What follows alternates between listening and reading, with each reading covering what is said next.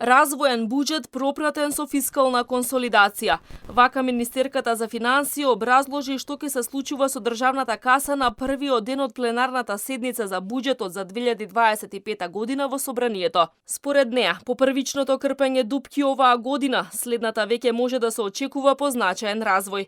Доказ за тоа вели таа е што расходите од 6,5 милијарди евра растат со побавна динамика од приходите кои ќе изнесуваат 5,8 милијарди евра. Инвестициите на општините и на компаниите кои ќе се потикнат преку унгарскиот заем, вложувањата во патната инфраструктура долж коридорите 8 и 10, железницата, ќе резултираат со силен инвестициски циклус. Таа вели дека истовремено се консолидираат финансиите, па јавниот долг ќе биде нешто над 62%, а дефицитот 4% од бруто домашниот производ. Буџетот за 2025 се базира на изјавата за фискална политика за периодот 24-28 и донесената фискална стратегија, кои што ги содржат смерниците за јавните финансии и фискалната политика за среден рок и кои се во насока на подобрување на макроекономската стабилност и поддршка на економската активност, дисциплинирана буџетска политика, постепена фискална консолидација и намалување на нивото на буџетски дефицит во согласно со фискалните правила. За опозицијата буџетот е нереален. Исплатата на платите согласно законското усогласување, покачувањето на примањата во здравството и образованието, зголемените пензии од март за дополнителни 2500 денари, за СРСМ се недоволни аргументи за прекршувањето на фискалните правила.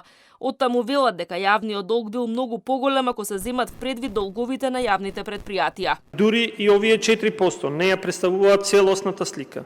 Владата не ги вклучува доспеаните, но неизмирени обврски на јавните институции и предпријатија, кои се очекуваат да достигнат 1 милијарда евра до крајот на оваа година.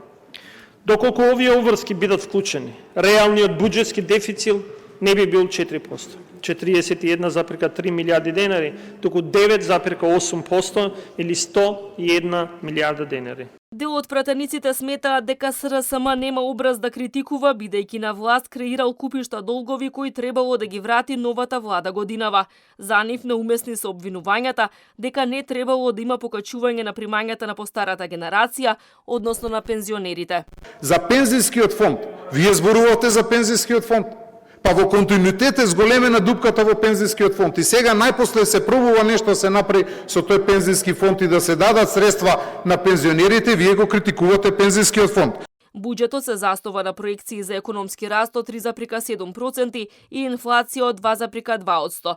Капиталните инвестиции се поставени на рекордно ниво од 820 милиони евра.